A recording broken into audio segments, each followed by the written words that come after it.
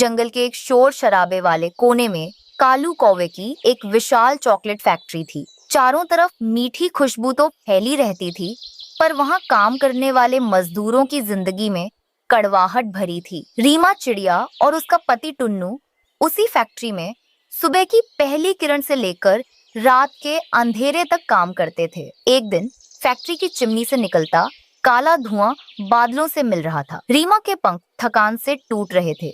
उसने पसीना पोंछते हुए टुन्नू की ओर देखा। टुन्नू जी, अब और नहीं सहा जाता। देखिए ना, हमारी पगार इतनी कम है कि महीने के आखिरी 10 दिन हम आधा पेट खाकर गुजारते हैं। गुड़िया का स्कूल का जूता फट गया है, चुटकी की किताबें लानी है और छोटी चुन्नी को तो दूध भी नसीब नहीं होता। जानता हूँ रीमा, पर कालू मालिक बहुत सख्त है। उसे बस अपने मुनाफे से मतलब है। नहीं, आज हमें बात करनी ही होगी। हम सालों से यहाँ वफादारी से काम कर रहे हैं। हमारा हक है कि हम अपनी मेहनत का सही दाम मांगे। काम खत्म होने के बाद जब बाकी पक्षी घर लौट रहे थे, रीमा और टुन्नू कालू कौवे के आलीशान दफ्तर में पहुंचे। कालू अपनी मखमली कुर्सी पर बैठा सोने की चेन से खेल रहा था। मालिक नमस्ते, हमें आपसे कुछ विनती करनी थी। हम बहुत सालों से आपकी इस फैक्ट्री को अपना समझकर सींच रहे हैं, लेकिन अब महंगाई इतनी बढ़ गई है कि घर चलाना मुश्किल हो गया है। हमारे 3 बच्चे हैं, उनका भविष्य आपके हाथ में है। कृपया हमारी सैलरी थोड़ी बढ़ा दीजिए। कालू कौवा रीमा की बात सुनकर मन ही मन मुस्कुराया। वह जानता था कि ये दोनों फैक्ट्री की जान है। अगर ये चले गए तो चॉकलेट की क्वालिटी गिर जाएगी। पर वह स्वभाव से बेहद कंजूस और चालाक था। अरे भाई टुन्नू, तुम तो समझदार हो। देखो, अभी शहर से ऑर्डर कम आ रहे हैं, कच्चा माल महंगा हो गया है। मैं तो खुद घाटे में चल रहा हूँ और तुम सैलरी बढ़ाने की बात कर रहे हो। ये लो 2 चॉकलेट, बच्चों को दे देना। अभी जाओ, मेरा दिमाग मत चाटो। पर मालिक, इन चॉकलेट से बच्चों की स्कूल फीस नहीं भरी जाएगी। ज्यादा बहस की तो काम से निकाल दूंगा, फिर कहीं के नहीं रहोगे। जाओ यहाँ से। रीमा और टुन्नू सिर झुकाकर बाहर निकल आए। उनके पास चुपचाप सहने के सिवा कोई चारा नहीं था। जब वे घर पहुंचे तो तीनों बेटियां गुड़िया, चुटकी और नन्ही चुन्नी दरवाजे पर उनकी राह देख रही थी। टूटी हुई छत और मिट्टी की दीवारों वाले उस छोटे से घर में खुशियां केवल माता पिता के प्यार से आती थी। देखो बच्चों, आज मालिक ने तुम सबके लिए खास चॉकलेट दी है। पिताजी, क्या आप हमारे लिए खिलौने भी लाओगे? हाँ बेटा, जब पिताजी को बड़ी पगार मिलेगी तो हम तुम्हें ढेर सारे खिलौने और नए कपड़े दिलाएंगे। उस रात रीमा और टुन्नू भूखे पेट सो गए ताकि बच्चे पेट भर सके। वे नहीं जानते थे कि यह उनके जीवन की आखिरी सुखद रात। अगले दिन सुबह से ही आसमान का मिजाज बिगड़ा हुआ था। दोपहर होते होते घना अंधेरा छा गया और जंगल में ऐसी बारिश शुरू हुई जैसी सालों से नहीं देखी गई थी। फैक्ट्री में काम खत्म करके रीमा और टुन्नू भीगते हुए घर की ओर भाग रहे थे। कुदरत जब अपना रौद्र रूप दिखाती है तो वह यह नहीं देखती कि सामने कौन है। उस दिन बिजली केवल कड़की नहीं थी, वह एक परिवार को उजाड़ने के लिए गिरी थी। एक जोरदार गर्जना हुई कड़ाक और आसमानी बिजली सीधे उस रास्ते पर गिरी जहां रीमा और टुन्नू दौड़ रहे थे। पलक झपकते ही दोनों की सांसें थम गईं। जंगल का सन्नाटा उनकी मौत का गवाह बना। इधर घर में तीनों बहनें डर के मारे एक दूसरे से लिपटी हुई थीं। तभी दरवाजे पर जोर की दस्तक हुई। उन्हें लगा शायद माता पिता आ गए। चुटकी, माँ और पिताजी अभी तक क्यों नहीं आए? मुझे बहुत डर लग रहा है। पर बाहर बेरहम मकान मालिक चील खड़ा था। तुम्हारे माँ बाप मर गए और पिछले 2 महीने का किराया भी बाकी है। अब इस घर में रहने का कोई हक नहीं है तुम्हें। चलो दफा हो जाओ यहाँ से। पर चाचा, इतनी बारिश में हम कहाँ जाएंगे? हमें थोड़े दिन रहने दीजिए। मुझे कहानी मत सुनाओ, निकलो बाहर। चील ने उन्हें धक्के मारकर बाहर निकाल दिया। तीनों बहनें बारिश में भीगती हुई सड़क पर रो रही थीं। सर्दी से उनके पंख कांप रहे थे। उन्हें रास्ते में एक बड़ी सीमेंट की पाइपलाइन दिखाई दी। वे उसी के अंदर दुबक कर बैठ गईं। दीदी, भूख लगी है, पेट में दर्द हो रहा है। वह दृश्य पत्थर को भी रुला देने वाला था। नन्ही चुन्नी उस खाली कवर को ही चाटने लगी, इस उम्मीद में कि शायद उस पर चिपकी थोड़ी सी मिठास उसकी भूख मिटा दे। तभी पाइपलाइन में पानी का स्तर बढ़ने लगा। जल्दी भागो, यहाँ पानी भर रहा है, हम डूब जाएंगे। वे तीनों फिर से बारिश में भागने लगी। भागते भागते वे जंगल के उस हिस्से में पहुंच गईं जहां कोई परिंदा भी नहीं जाता था। वहां की झाड़ियां कंटीली थी। अचानक झाड़ियों के पार से एक अद्भुत चमक दिखाई दी। जब वे पास पहुंची तो वे अपनी आंखों पर यकीन नहीं कर पा रही थी। वहां एक घर खड़ा था जो पूरी तरह से चॉकलेट, कैंडी और शक्कर से बना था। दीवारें गहरे भूरे रंग की डार्क चॉकलेट की थीं। घर के चारों ओर रंग बिरंगे जेम्स के पत्थर बिखरे थे। क्या ये सच है? क्या मैं इसे खा सकती हूँ? अरे तुम नन्ही जान यहाँ क्या कर रही हो? तुम्हारे पंख तो बिल्कुल गीले हो गए हैं। गुड़िया ने अपनी आप बीती सुनाई। बुढ़िया की आंखों में करुणा के आंसू आ गए। घर के अंदर का दृश्य। अंदर आओ बच्चों, मेरा नाम मिठास दादी है। ये घर उन लोगों के लिए है जिनका दिल साफ है और जिनके साथ दुनिया ने बुरा किया है। यहाँ तुम्हें कभी भूख नहीं लगेगी और कोई तुम्हें यहाँ से नहीं निकालेगा। और भी जादुई था। सोफे मार्शमैलो के बने थे और मेज पर हमेशा गरम कोको के प्याले सजे रहते थे। कुछ महीने बीत गए। तीनों बहनें अब स्वस्थ और खुश थीं। लेकिन एक दिन कालू कौवा अपनी नई फैक्ट्री के लिए जगह तलाशते हुए उस जादुई हिस्से में आ पहुंचा। उसकी नजर उस चॉकलेट घर पर पड़ी। उसने देखा कि अंदर वही 3 बहनें रह रही हैं। वह जबरदस्ती अंदर घुसने लगा। ओ तेरी, अगर मैं इस घर को तोड़कर इसके टुकड़े बाजार में बेचूं तो मैं दुनिया का सबसे अमीर कौवा बन जाऊंगा। चलो हटो यहाँ से, ये जमीन अब मेरी है। मैं यहाँ अपनी नई मशीनें लगाऊंगा। तभी मिठास दादी सामने आई। उनकी आंखों में एक अजीब सी शक्ति थी। कालू, तुमने इन बच्चों के माता पिता का हक मारा। तुमने इन्हें बेघर किया। आज भी तुम्हारा लालच कम नहीं हुआ?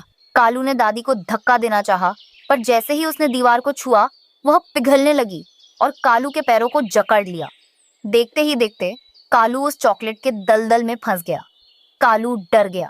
ये घर जादुई है। यहाँ वही रह सकता है जो दूसरों की खुशी चाहता हो। तुम अब तब तक यहाँ से नहीं हिल पाओगे जब तक तुम अपनी सारी दौलत उन गरीब मजदूरों के नाम नहीं कर देते जिनका तुमने शोषण किया है। उसने रोते हुए एक कागज पर दस्तखत किए और अपनी सारी फैक्ट्री और धन उन अनाथ बच्चों और मजदूरों के नाम कर दिया। जैसे ही उसने यह किया वह आजाद तो हो गया, पर उसके पंख हमेशा के लिए चिपचिपे हो गए ताकि वह कभी शान से उड़ न सके। अब गुड़िया, चुटकी और चुन्नी उस चॉकलेट घर की संरक्षक बन गई। उन्होंने उस जंगल को अनाथ बच्चों का स्वर्ग बना दिया। अब वहां कोई भूखा नहीं सोता था। रीमा और टुन्नू भले ही आज उनके साथ नहीं थे, पर उनका दिया हुआ संस्कार और ईमानदारी उन बच्चों के काम आई। जादुई घर की मिठास कभी कम नहीं हुई। माँ पिताजी, देखिए, आज हमारे पास घर भी है और हम दूसरों की मदद भी कर पा रहे हैं। क्योंकि वहां रहने वालों के दिलों में प्यार भरा था।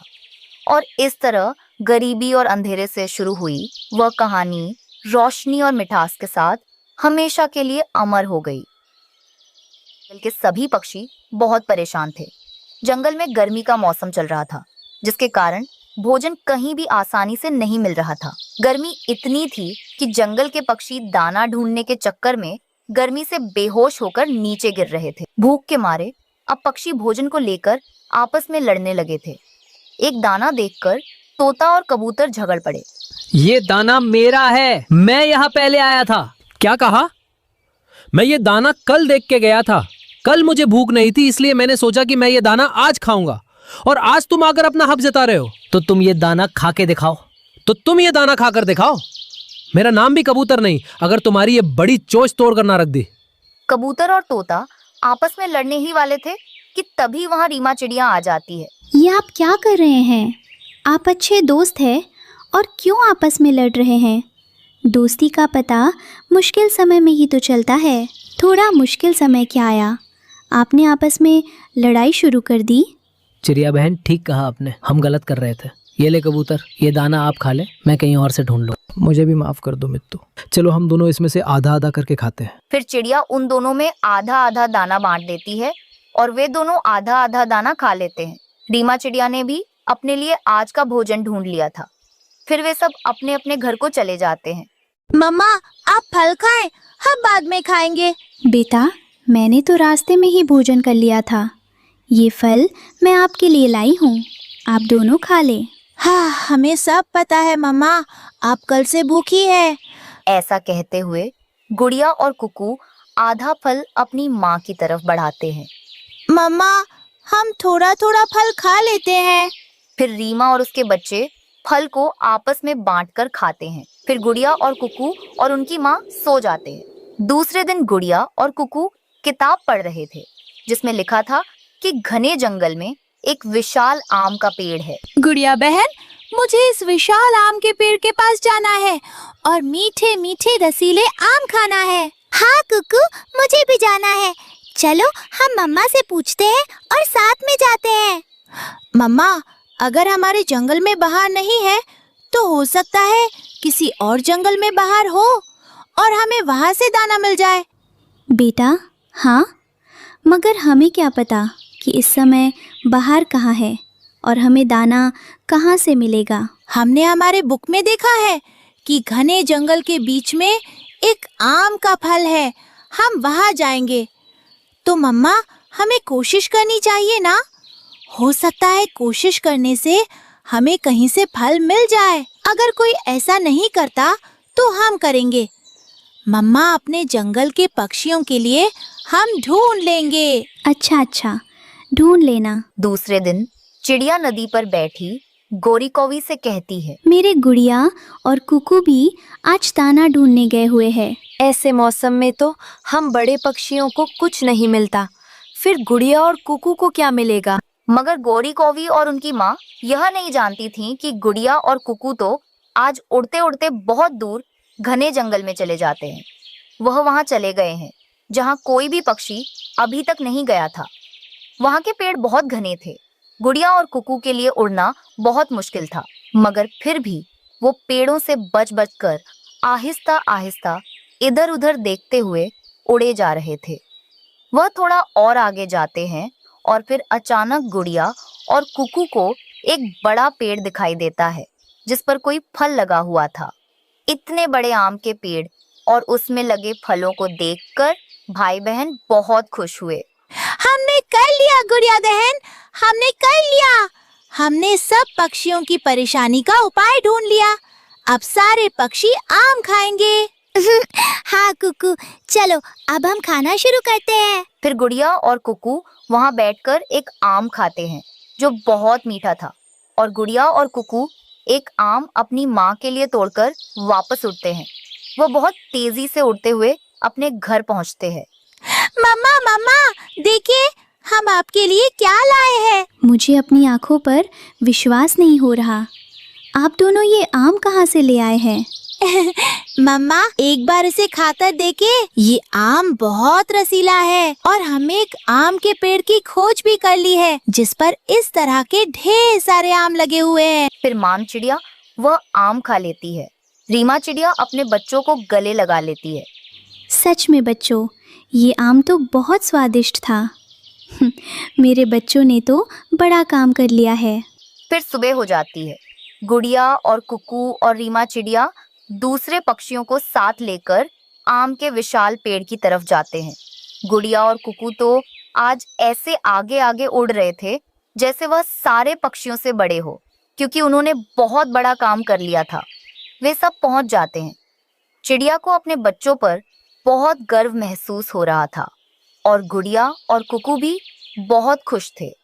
वाह गुड़िया और कुकू, तुमने तो कमाल कर दिया। तुमने हम सब की जान बचा ली। अब ये पेड़ हम सब पक्षियों को कई दिन तक आम देता रहेगा। फिर सभी पक्षी मजे से आम खाते हैं और अपने दिन खुशी से गुजारते हैं। कौवों का घर और चिड़िया का घर आमने सामने था। चिड़िया का घर टूटा फूटा था। कौवों का परिवार नदी किनारे ठंडी छांव में बैठा पिकनिक मना रहा था। गौरी कौवी ने कालू कौवे और अपने बेटे जग्गू कौवे को मीठे जामुन खाने के लिए देती है। वाह वाह, आज तो जामुन खाने का मजा ही आ गया। अगली बार कुछ मजेदार खाएंगे। पिताजी पिताजी, मुझे नूडल्स खाने हैं। अच्छा ठीक है, अगले संडे को नूडल्स बना दूंगी। कौवों का परिवार मजे से मीठे जामुन खा रहा था कि तभी वहाँ चिड़िया की बेटी गुड़िया आ जाती है। अंकल, आंटी गौरी, थोड़े से जामुन मुझे भी दे दे। छी, चल हट यहाँ से। निकल यहाँ से, आ जाते हैं। चल जग्गू घर चल। मम्मा, वो भी तो मेरी तरह छोटी सी बच्ची है, इसे भी थोड़े से जामुन दे दे। जग्गू चुप करके जामुन खा। वो तुम्हारी तरह नहीं है, वो गरीब चिड़िया की गरीब बच्ची है। वो अपनी माँ से जाकर दाना लेकर खा लेगी। गुड़िया डरती हुई वहाँ से चली जाती है। कौवे भी अपने घर आते हैं। माँ, गौरी आंटी और उनका परिवार नदी के पास बैठकर मीठे मीठे रसीले जामुन खा रहे थे। मैंने थोड़े से क्या मांग लिए, वे मुझे डांटने लगी। गलत बात है गुड़िया, ऐसे किसी से फल नहीं मांगते। जग्गू की नानी का फलों का बाग है, इसलिए वो कोई भी फल खा सकता है। मुझे जामुन बहुत पसंद है माँ। जग्गू को अपनी सहेली के लिए बुरा लगता है। वो चुपके से घर से फलों की टोकरी से मीठे जामुन निकालता है और गुड़िया के घर पहुंच जाता है। गुड़िया बहन, मैं आपके लिए जामुन लेकर आया हूँ। बेटा, क्या आपके मम्मा पापा को पता है? नहीं आंटी, मैं मम्मा पापा से चोरी से लेकर आया हूँ। बेटा, ऐसे मम्मा पापा से चोरी नहीं करते, ये बुरी आदत होती है। मम्मा, जग्गू मेरा दोस्त है, मेरे लिए जामुन लेकर आया है, मैं तो खाऊंगी। गुड़िया जग्गू से जामुन लेकर खाती थी। गौरी कौवी हर वक्त अमीर होने का घमंड करती थी। कुछ दिनों बाद जग्गू बॉल लेकर गुड़िया के साथ खेलने आता है। जग्गू, बहुत मजा आ रहा है, अब हम हर रोज ऐसे ही खेला करेंगे।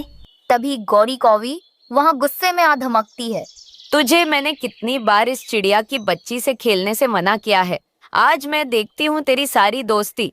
आंटी, जग्गू मेरा दोस्त है। गौरी कौवी गुस्से में गुड़िया को पकड़कर मारने लगती है। मम्मा मम्मा, मेरे दोस्त गुड़िया को छोड़ दे, प्लीज मेरे दोस्त को छोड़ दे, मैं दोबारा कभी गुड़िया से खेलने नहीं आऊंगा। गौरी गुड़िया को छोड़ देती है। गुड़िया रोती हुई अपनी मम्मा के पास जाती है। मम्मा, मैं जग्गू से खेल रही थी कि गौरी आंटी आकर मुझे मारने लगी। गुड़िया बेटा, क्या हुआ? आप रो क्यों रही हो? माँ, मैं जग्गू के साथ खेल रही थी, तभी गौरी आंटी आई और मुझे मारने लगी। बेटा, वो अमीर कौवी का बेटा है, मैंने कितनी बार आपको उससे खेलने से मना किया है। वो गौरी बहुत घमंडी है, वो गरीबों से बहुत नफरत करती है। ऐसे ही कुछ दिन गुजर जाते हैं। गुड़िया जग्गू के साथ खेलने नहीं जाती, बल्कि वह छोटे मिट्ठू के साथ खेलती है। जग्गू खेलते खेलते दूर निकल जाता है। जाते जाते वह कुएं के पास पहुंच जाता है। अरे, ये कुआं तो बहुत पुराना है, इसमें कुछ तो होगा। जग्गू कुएं में झांक कर देखता है और फिसलकर कुएं में गिर जाता है। बचाओ बचाओ, कोई मुझे बचाओ बचाओ।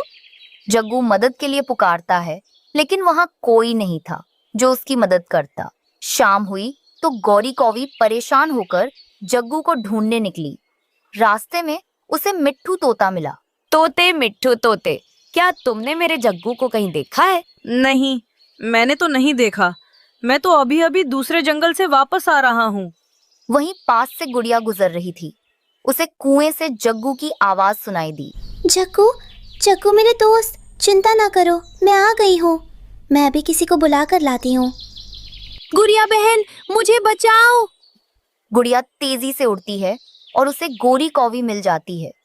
आंटी गौरी, आंटी गौरी, जग्गू मेरा दोस्त कुएं में गिर गया है, मेरे साथ चलिए।